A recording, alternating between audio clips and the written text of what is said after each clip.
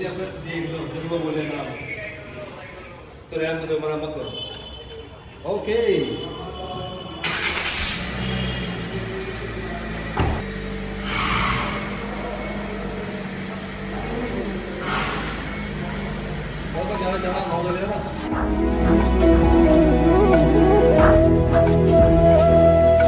Hello everyone, welcome back to another vlog. कैसे हैं आप सब? उम्मीद करता हूँ बहुत बढ़िया होंगे, बहुत मस्त वाली ज़िंदगी जी रहे होंगे। और भाई मैं भी मस्त वाली ज़िंदगी जी रहा हूँ। कोहरा देखो क्या आलीशान हो रहा है, क्या बेहतरीन कोहरा हो रहा है, मज़ा आ रहा है यार। कोहरा अच्छा लगता है मुझे।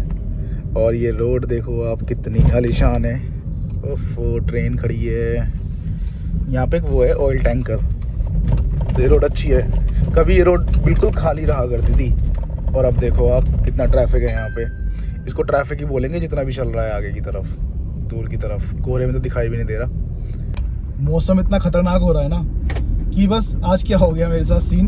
मैं ये सोच रहा था कि मैं स्कूटी से जाऊंगा। अब यार स्कूटी से यार अच्छा भी लगता है भाई, आपको लोकल में घूमना। मैं आपको पहले भी कई वीडियोस में बता चुका हूँ। लेकिन मैं स्कूटी लेके निकल गया। स्कूटी लेके निकलने के बाद यार मेरे साथ क्या सीन हुआ, हाथ जम गए बुरी तरीके से। मतलब गाड़ी में बैठ के तो यार कहना आसान है ना कि ठंड कम पड़ रही है, घर में रह के ठंड कम पड़ रही है। और जब स्कूटी पे निकल जाओ ऐसे मौसम में तो यार क्या मतलब बढ़िया अंदर से आवाज निकलती है, ठंड पड़ रही है। तो भाई अपने साथ भी वही हो गया, हाथ बिल्कुल जम गए थे मेरे। बाकी आप लोगों ने कैंट देखा भाई, कैंट का भी हाल आज के टाइम में ये चल रहा है, बिल्कुल रश रहता है, बिल्कुल बुरी तरीके से रश रहता है। रीजन बीइंग भाई कंस्ट्रक्शन चल रहा है। अपने मेरठ में RRTS आ रही है, वो क्या है, तेज स्पीड ट्रेन आ रही है बेसिकली, जो मेरठ से दिल्ली को कनेक्ट करेगी बहुत जल्दी। एक पार्ट उसका कंप्लीट हो चुका है और दूसरा पार्ट जो है वो मे भी शायद इस साल के आखिरी में, अगले साल कंप्लीट हो जाएगा। बात करते करते इस रास्ते से मैं निकल तो गया हूँ। अभी आपको RRTS के बारे में बता रहा था और RRTS के चक्कर में RRTS बन गया मेरा। इस रोड पे आ गया और इस रोड पे ही सबसे ज़्यादा जाम लगता है। और बेसिकली ये रोड आपकी वो है PL शर्मा। भाई कभी मेरठ में आओ ना तो PL शर्मा आप पूछ लेना, बड़ा फेमस जगह है। कंप्यूटर का कोई भी काम हो रिलेटेड, कंप्यूटर से, इलेक्ट्रॉनिक्स से, भाई सब कुछ आपका बिल्कुल बढ़िया ठीक हो जाएगा, रिपेयर हो जाएगा और नया भी खरीद लो। बहुत ही फेमस मार्केट है। तो बस यही रूट पे मैं जा रहा था और जाते जाते एकदम से मुझे ऐसा लगा, मैंने कहा यार अभी बाबू आपने क्या गलती कर दी है।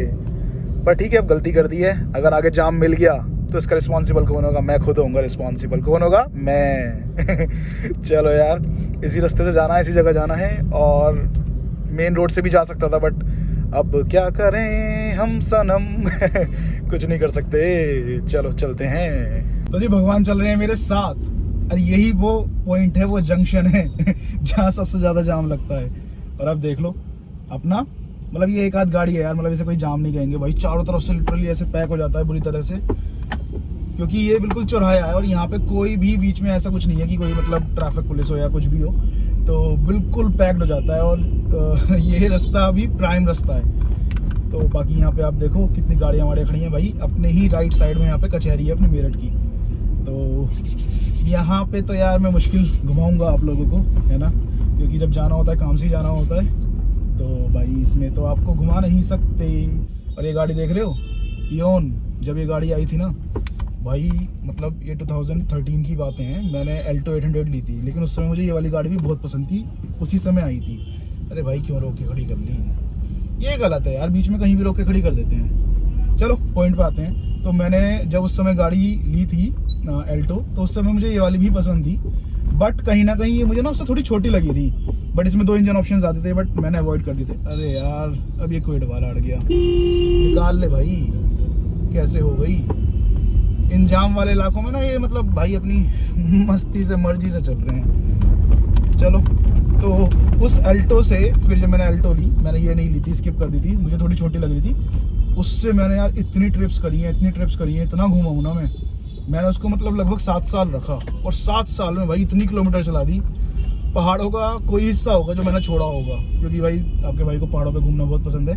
आज के टाइम में तो थोड़ा कम घूमना फिरना हो रहा है, काम के चक्कर में, बिजी रहने के चक्कर में। बट यार उस समय इतना घूमा मैं कि हर महीने जाना है कहीं पे, हर महीने जाना है। उस समय से अगर व्लॉगिंग शुरू कर दी होती ना तो अपना चैनल भी भाई बूस्ट हो गया होता, क्योंकि नया कंटेंट था। और उस समय तो यार ज़्यादा लोग घूमते भी नहीं थे और शौक हर किसी को होता ही है। घूमने का कीड़ा भाई हर किसी में मिलेगा आपको, कुछ 2-4% लोग ही होंगे जिसमें नहीं मिलेगा। तो बाकी जिन सब में मिलता है उनमें से भी एक्सट्रीम वाला कीड़ा मेरे अंदर था। तो चलो इस तरह का कंटेंट आगे ज़रूर बनाऊंगा मैं, है ना। पूरी कोशिश करता हूँ। फिलहाल तो यार 2-3 चीज़ मैनेज कर रहे हैं तो टाइम नहीं मिल पा रहा बिल्कुल भी, क्योंकि 2-3 चैनल मैनेज कर रहा हूँ। इसके साथ साथ भाई अपनी मेन, आपको पता ही है, अगर नहीं पता हो तो अपना जो मेन काम है यार उसको मैनेज कर रहे हैं, वो मस्ट है और उसको नंबर 1 प्रायोरिटी पर रखना पड़ेगा। प्लस जो दूसरा चैनल है ना मेरा Avi008, जिस पे मैं कार्स रिलेटेड वीडियोस डालता हूँ, तो वो भी यार मतलब आप ये मान के चलो कि अच्छी इनकम जनरेट करता है, तो यार उसको भी मतलब मेंटेन करना पड़ेगा। आगे मैं सोच रहा हूँ कि इंस्टाग्राम पे भी आऊँ, लेकिन इंस्टा के लिए अभी बताना यार, कमेंट करना। यहाँ पे भी आप वीडियोस देखो और देखते हो तो शेयर करो, है ना। और अपने कोई जो भी आपके वो हो ना थॉट्स वगैरह मुझे बताओ यार, है ना। दुनिया को मैसेज करते हो, दुनिया के साथ इंटरेक्ट करते हो, अपने भाई के साथ भी इंटरेक्ट करो। कुछ नया निकालेंगे, कुछ नया डिस्कवर करेंगे। तो भाई जिस काम से आए थे वो काम तो हुआ नहीं। ये आपको लाल पैकेट दिख रहा है, पासबुक अपडेट कराने आया था मैं। आप कहोगे यार आज के टाइम में कौन पासबुक अपडेट कराता है, तो मैं भी नहीं कराता, लेकिन कुछ अर्जेंट काम था तो करानी पड़ी। लेकिन करानी पड़ी नहीं, करानी थी लेकिन हो नहीं पाई। भाई सर्वर डाउन चल रहे हैं, और सर्वर का आपको पता ही है भाई, अगर बैंकों के सर्वर डाउन हो जाएं तो क्या सीन होता है। 2 से 3 दिन बाद बोल रहे हैं, और वैसे भी सरकारी है, सरकारी काम तो ऐसे ही होता है। अब चलते हैं यार यहाँ से वापस। एक चीज़ और दिखाता हूँ, मैंने कैमरा डलवाया था ना, क्वालिटी देखो आप, देख रहे हो गाइडलाइंस के साथ, मज़ा आ जाता है देख के इसको।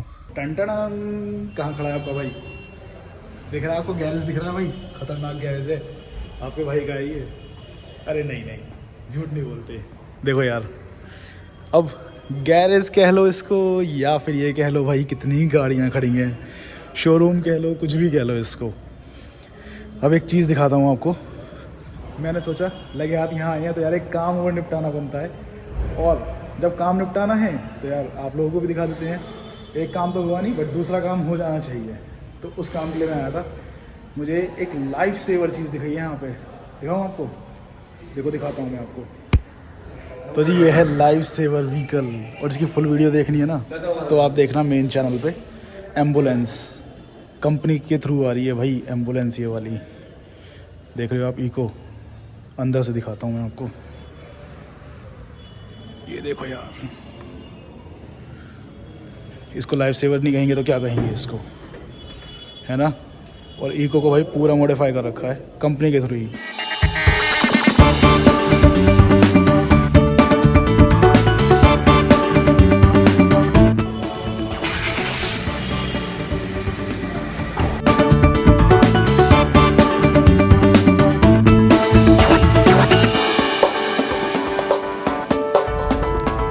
और मॉडिफाई तक तो ठीक है, लेकिन मॉडिफाई के साथ साथ यार मुझे एक चीज़ और पता लगी भाई, 2 वेरिएंट्स आ रहे हैं इसके अंदर भी। एक आपका नॉर्मल वेरिएंट आ रहा है और एक आपका प्रॉपर वेरिएंट आ रहा है, मतलब वही जैसे फीचर लोडेड आता है तो फीचर लोडेड के अंदर भी मतलब बहुत कुछ मिल रहा है, नॉर्मल के अंदर भी मिल जाता है, वही पैसे वैसे कम हो जाते हैं। तो लेकिन मुझे यार मतलब सही लगी गाड़ी देखने में। बेसिकली किसी को जिज्ञासा हो ना कि क्या क्या आता है कंपनी फिटेड एम्बुलेंस के अंदर, क्या मिलता है, तो वो इस वीडियो को देख लेना, मेन चैनल पे मैं डाल दूंगा इसको। अभी क्या हुआ यार, जस्ट मैं भी गाड़ी में बैठा हूँ, मुझे भूख लग रही थी बहुत तेज, तो मैंने कहा यार कुछ खा लूँ। तो बाहर से आ रहा था तो रास्ते में मैंने थोड़ा बहुत कुछ खा लिया। अब खाते खाते क्या याद आया मुझे, मेरे ना जेब से पैसे निकल के गिर गए। 60 रुपये पड़े हुए थे इधर वाली जेब में, तो वो भाई निकल के गिर गए। और वहाँ पे एक बुढ़िया अम्मा और खड़ी हुई थी, तो जैसे ही वो पैसे गिरे, अब मैं तो भूल गया कि मेरी जेब से गिरे हैं। खैर क्या लगता है, और उनके हाथ में उनका पर्स था। जैसे उन्होंने पर्स खोला, मतलब मुझे लगा कि ऐसे उनका गिर गया होगा, तो मैं साइड में आ गया था। मैंने कहा अम्मा जी आपके पैसे गिर गए हैं, और वो खुशी खुशी उन्होंने पैसे उठा के रख लिए। अभी जस्ट मैं घर पे आया, मैंने जेब से ऐसे गाड़ी में डालने के लिए, मैं कहा चल गाड़ी में खुले पैसे डाल के छोड़ देता हूँ। मैंने देखा, मैंने कहा यार ये तो मेरे खुद के पैसे ही गिर गए थे। यार अम्मा जी के तो मजे आ गए, और अम्मा जी एक बार भी नहीं बोली कि मेरे नहीं है बेटा, पर ठीक है यार, उनके नसीब के थे, चले गए उनके पास। आपको पता है क्या हुआ मेरे साथ? मैं गया था, भूख लग रही थी मुझे, तो मैं काम से गया था। जब बाहर मतलब वापस आ रहा था मैं, तो मेरी जेब में 60 रुपये पड़े हुए थे, मतलब खुले हुए। तो मेरी जेब से वो गिर गए होंगे, तो मैं यहाँ पे कचौरी खा रहा था। अब भाई वहाँ पे एक बुढ़िया अम्मा खड़ी हुई थी, उनका हाथ में उनके पर्स था। अब मुझे लगा वो पैसे उनके गिर गए।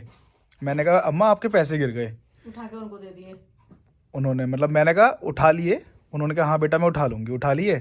अब मैं घर पे आया, मैंने सोचा गाड़ी में जैसे पैसे डाल देते हैं, तो मैं निकाल के जब डालने लगा पैसे थे ही नहीं जेब में।